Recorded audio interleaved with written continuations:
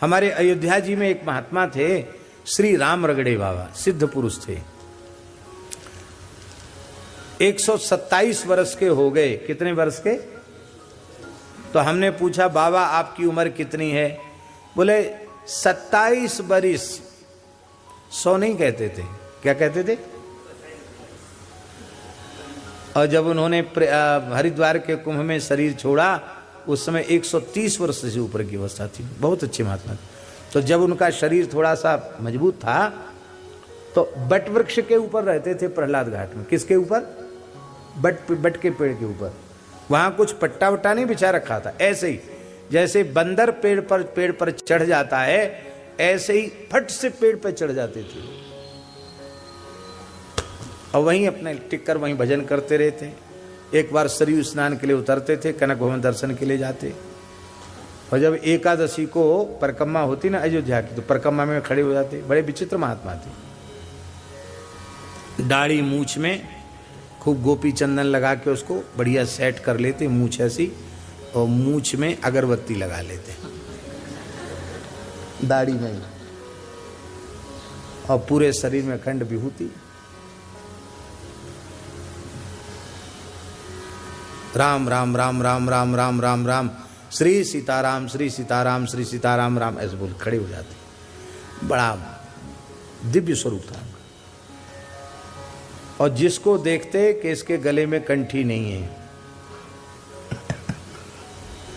ऐसे हाथ पकड़ लेते। और हिम्मत नहीं बड़े से बड़े पहलवान को जो उनसे हाथ अपना छुड़ा सके। तुरंत झोली में से हीरा निकाला तुलसी का, गले में तुलसी बांधी, जा बच्चा राम राम कर, सीताराम सीताराम जप, जा बच्चा हो गया वैष्णव, जा। अयोध्या आया है बिना कंठी के घूम रहा है, जा बच्चा जा। ऐसे थे। एक सेठ आया, बड़ा सेठ था मारवाड़ी, बोला महाराज आप के लिए आश्रम बना देते, यहाँ की सब जमीन खरीद देते हैं। तो वो बहुत देर तक बोलता रहा। अब बाबा बैठे थे धूना पर, राम रगड़े बाबा, सत्य घटना है। बाबा को पता नहीं क्या है, उन्होंने जलता हुआ लकड़ उठाया, जलता हुआ लकड़ा धूनी से उठा के वो तो देखा भगा बेचारा भगत, खदेड़ा दूर तक उसको। उस समझ ही नहीं पाया कि हुआ क्या, हमसे गलती क्या हुई। मारा वारा नहीं, खाली धमकाया, भगाया। तो उसने कहा महाराज गलती मुझसे क्या हुई? अरे बोले कितने महात्माओं का भजन ईंटा पत्थर बना दिया, हमारा भजन ईंटा पत्थर नहीं बना सकता। हमारा एक एक राम नाम राम जी के चरणों में, हमारा भजन ईंटा पत्थर नहीं बनने वाला है। हम तो पेड़ पर रहते हैं, भजन करते हैं, पेड़ पर चले गए।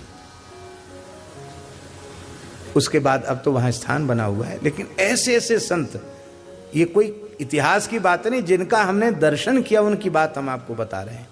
ऐसे ऐसे संत।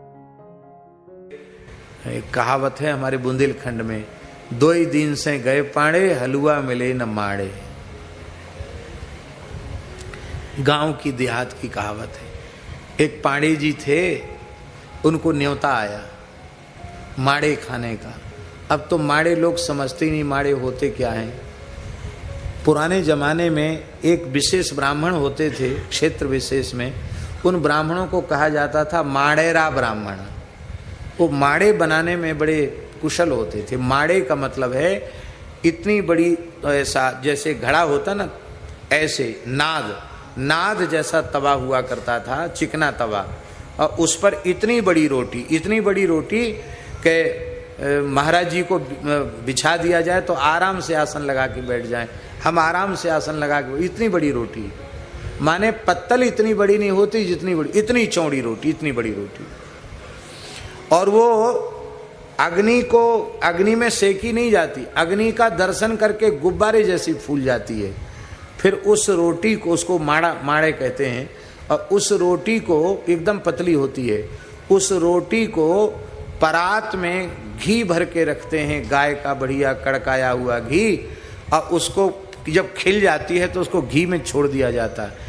जैसे चाशनी में रसगुल्ला को, गुलाब जामुन को छोड़ दिया जाता है, ऐसे घी में उसको डुबो दिया जाता है। अब फिर उसको जब परोसते हैं तो कई परत करके परोसते हैं, तो परोसते समय घी की धार लग जाती है पत्तल में, और फिर उसको बूरे के साथ खाया जाता है। तो माड़े बड़ा प्रिय व्यंजन होता है ब्राह्मणों का, और वो ब्राह्मण ही बनाते हैं, बिना सिला कपड़ा पहने बनाते हैं, वही परोसते हैं। कच्ची रसोई होती है, उसमें माड़े बनते हैं। तो माड़े के न्योते किसी जमाने में प्रसिद्ध थे। तो माड़े का न्योता हुआ तो पंडित जी जाने लगे। तो पंडितानी ने कहा कि देखो, घर से बिना खाए नहीं चलना चाहिए, कुछ खा के चलो। घर से चले भूखा तो सब जगह पड़ जाए सूखा, इसलिए घर से कुछ खा के चलना चाहिए। अरे बोले यहीं खा लेंगे तो वहां माड़े खाएंगे क्या? पंडितानी ने कहा देखो हलवा बनाया, इतना सा हलवा खा। नहीं नहीं नहीं, हलवा नहीं खाना है। चले गए वहां गए, पैदल पैदल गए। वहां एक पंगत तो बैठ कर उठ चुकी थी, दूसरी पंगत थी। वो दूसरी भी ब्राह्मणों की ही थी, पर जो बहुत कुलीन ब्राह्मण अपने को मानते हैं वो दूसरी पंगत में नहीं बैठते हैं, क्योंकि एक बार पंगत होने के बाद जो बच गया वो उच्छिष्ट है। हम उच्छिष्ट भोजी थोड़ी है। वो पंडित जी बड़े विद्वान थे, उन्होंने कहा नहीं भाई, दूसरी पंगत में तो हम नहीं बैठेंगे। अब ये तो उन्होंने कहा नहीं कि दूसरी पंगत में नहीं बैठेंगे। जजमान ने कहा महाराज बैठ जाओ, एक ही पंगत उठी है। बोले नहीं नहीं, थोड़ा पेट हमारा कुछ ऐसा ही है, ढीला ढाला है, नहीं नहीं, हम तो केवल आपके व्यवहार के नाते चले। अच्छा लो विदाई लो। भेंट दिया पंडित जी को। पंडित जी बोले वहां हलवा तो मिले कम से कम। अब यहां से दौड़े दौड़े गए थे, और दौड़े दौड़े जैसी घर पे आए तो पंडितानी ने कहा कहो कि इतने जल्दी जी में आए पंगत माड़े? अरे बोले देवी बहुत भूख लग रही है, प्राण निकले जा रहे हैं, लाओ हलवा। बोले कड़ाही मांझ के धर दी है, हमने खा लिया, बालकों ने खा लिया, अब कुछ नहीं है। तो कहावत प्रसिद्ध हो गई, 2 ही दिन से गए पाड़े, हलवा मिले न माड़े। न उधर घर में हलवा भी नहीं मिला, वहां माड़े भी नहीं मिले। दुखी हो गए बेचारे कम से कम। अब यहां से दौड़े दौड़े गए थे, और दौड़े दौड़े जैसी घर पे आए तो पंडितानी ने कहा कहो कि इतने जल्दी जी में आए पंगत माड़े? अरे बोले देवी बहुत भूख लग रही है, प्राण निकले जा रहे हैं, लाओ हलवा। बोले कड़ाही मांझ के धर दी है, हमने खा लिया, बालकों ने खा लिया, अब कुछ नहीं है। तो कहावत प्रसिद्ध हो गई, 2 ही दिन से गए पाड़े, हलवा मिले न माड़े। न उधर घर में हलवा भी नहीं मिला, वहां माड़े भी नहीं मिले। दुखी हो गए बेचारे। तो हमने ये कथाएं सुन, बहुत ही सुंदर तरीके से इन कथाओं का वर्णन उन्होंने किया है। उम्मीद है आपको ये कथाएं बहुत पसंद आई होंगी। अगर आपको ये कथाएं पसंद आई हैं तो चैनल को सब्सक्राइब कीजिए, वीडियो को लाइक और शेयर कीजिए, ताकि इस तरह की प्रेरक और हास्य कथाएं हम आपके लिए लेकर आते रहें। आपका बहुत बहुत धन्यवाद।